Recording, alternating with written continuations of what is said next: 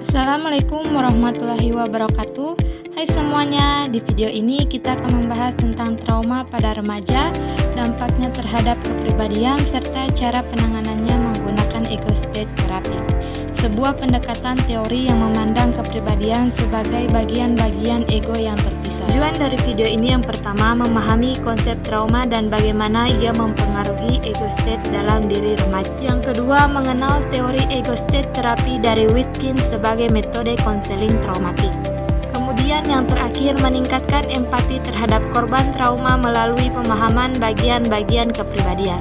Kemudian selanjutnya kita akan membahas tentang apa sih trauma dan ego state. Jadi trauma adalah pengalaman menyakitkan yang meninggalkan luka emosional mendalam, sering dialami remaja akibat kekerasan, kehilangan atau pelecehan menyebabkan kepribadian terpecah menjadi ego state terpisah. Menurut ego state teori dari Wittgens 1997, kepribadian terdiri dari berbagai ego state seperti ego dewasa, anak terluka, atau pelindung yang bisa konflik jika trauma mengaktifkan ego state negatif. Kemudian ada jenis-jenis ego state pada trauma. Ego state pada remaja meliputi yang pertama, ego state anak terluka.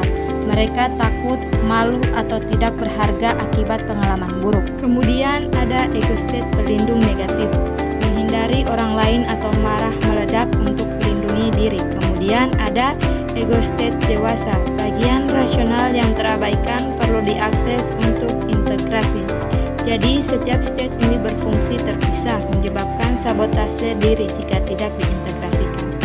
Kemudian ada dampak trauma menurut ego state. Teori ego state menjelaskan trauma mengganggu keseimbangan state, menyebabkan sulit berkonsentrasi, distres emosional, dan kurang percaya diri.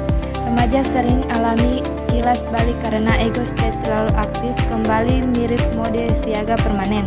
Tanpa intervensi, konflik antar state memperburuk isolasi sosial dan gangguan belajar. Kemudian ada pendekatan ego state. Ego state terapi adalah teknik singkat untuk trauma, melibatkan yang pertama, akses ego state.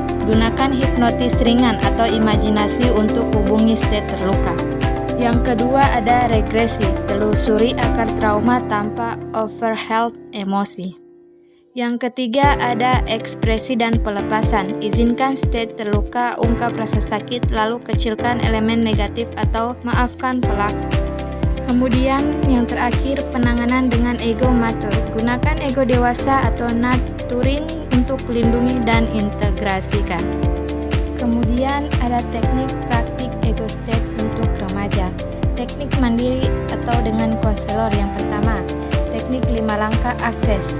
Duduk tenang, bayangkan ruang aman, undang ego terluka bicara, dengarkan ceritanya, lalu peluk dengan ego dewasa. Yang kedua ada pelepasan introject. Kecilkan gambar negatif seperti pelaku trauma dan usir secara simbol. Yang ketiga, integrasi harian, dialog internal pagi hari untuk cek konflik state dan afirmasi kesatuan. Peran dukungan dan konselor, pemulihan lebih cepat dengan dukungan keluarga, teman, atau guru yang fasilitasi dialog ego state. Konselor sekolah terapkan ego state terapi untuk cegah trauma kronis pada remaja Indonesia. Integrasi state kembali rasa percaya diri dan fungsi sosial. Terakhir, trauma bisa pecah kepribadian menjadi ego state konflik, tapi ego state terapi tawarkan jalan pulih melalui akses, pelepasan, dan integrasi. Remaja kuat dan berhak pulih, cari konselor jika butuh bantuan. Saya akhiri, wabillahi taufiq wal hidayah. Wassalamualaikum warahmatullahi wabarakatuh.